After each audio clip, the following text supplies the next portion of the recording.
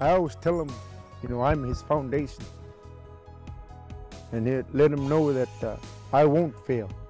The foundation that you are on will not fail. My dad and I are really close. With his support, I feel like nothing's impossible to do.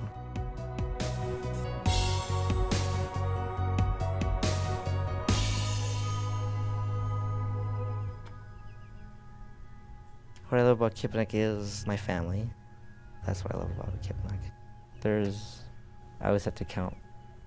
There's my dad, William. There's my mom, Sharon. And there's my brother, Michael. And there's Heather, but we always call her Tia. And there's Amber, but we always call her Naya by her Yupik name. And there's Wilson. He just turned 6. And there's Rhea, and she's 4. What I love about Kipnik is the way we live with the subsistence lifestyle. I love the salmon. I love the seal. I love all the different foods I get to eat.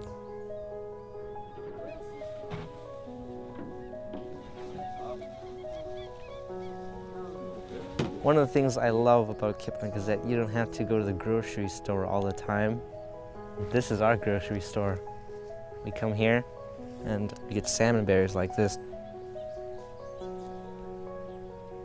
If you squeeze them, but they have juice coming out. And this is what we survive off of through the winter time. It's our ice cream dessert after we eat. With a pretty sweet taste. Our ancestors have been doing this for a long time. We're proud to continue to do so.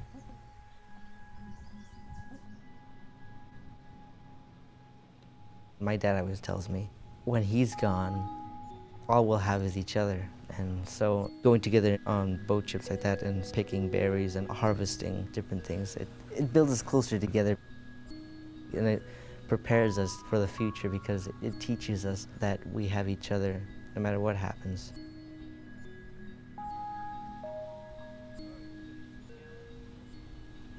Kipnik, it's a small community, a village. It's not really connected to the outside world, but I was always interested in what's going on all around us.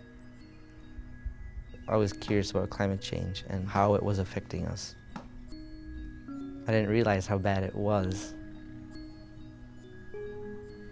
When I finally understood what climate change was, I thought, what could I do to help? I thought that would help a lot to tell my story of how we're being affected by climate change on this side of the world. If you know it's right in your heart, I told him, don't be afraid to tell. It's mostly about the winter coming late. The snow would usually come around September or October, but for the past few years it's been coming around November. In December 2008, it was the worst flood that I remember. You could see all of this water just flowing swiftly into the village that way, and at the same time there was these huge ice sheets that were just coming in fast, and heard these loud thumps and bumps on the side of the house. And I figured that was probably the ice sheets that broke apart from the river that are hitting the house. After the water went back into the river, there was just brown, sticky mud all over the ground and wherever the water touched.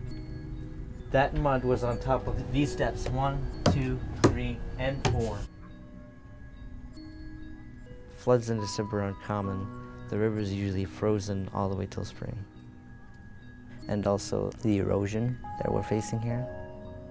The warmer temperatures are causing the permafrost to melt, and the permafrost to melt affects the land through erosion. So the erosion cuts off some land that falls into the river, and we lose quite a bit each year.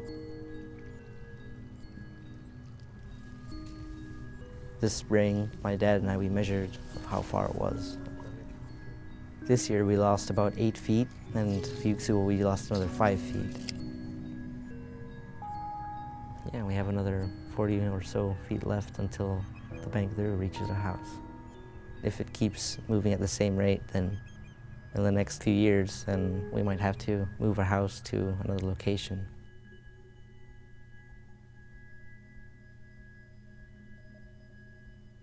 It does scare me because we don't know if there'll be an ice pack or not in the future. But if there's not, then it would be much harder to harvest seal for our subsistence way of lifestyle, especially for the seal oil that we heavily depend on and as part of our everyday lives. The warmer temperatures could affect our way of life out here. And if we didn't get to come out here and do any of this with picking berries or any of that, it would be hard on our family, and not only my family, but all the families in the community as well, because about 90% or so of our diet year-round is from the tundra or the ocean. And it would be hard economically. Yeah, we're really dependent on all this food that we get, and are very thankful for it.